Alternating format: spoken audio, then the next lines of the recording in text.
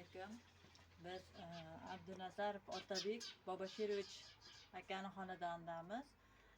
Bu kishi 10 million so'mlik oilaviy tadbirkorlik yo'nalishi bo'yicha kredit olgan.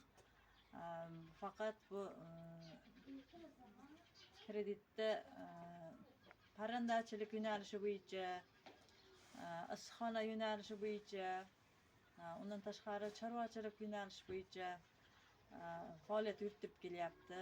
Oilasi oldin 10-15 million daromad qilsa, hozir 50-60 million so'mlik daromad qilib kelyapti.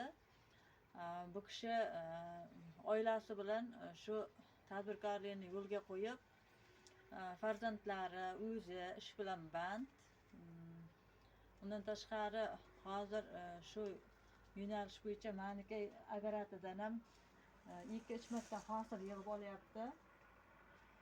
Unumli foydalanadi, daromadi yaxshi. Shu nimani daromad orqasidan oilasi yaxshi farovon yashayapti. O'qityapti farzandlarini, to'ylar qilyapti shu kreditni foydasini olmasdan. Faoliyati yaxshi.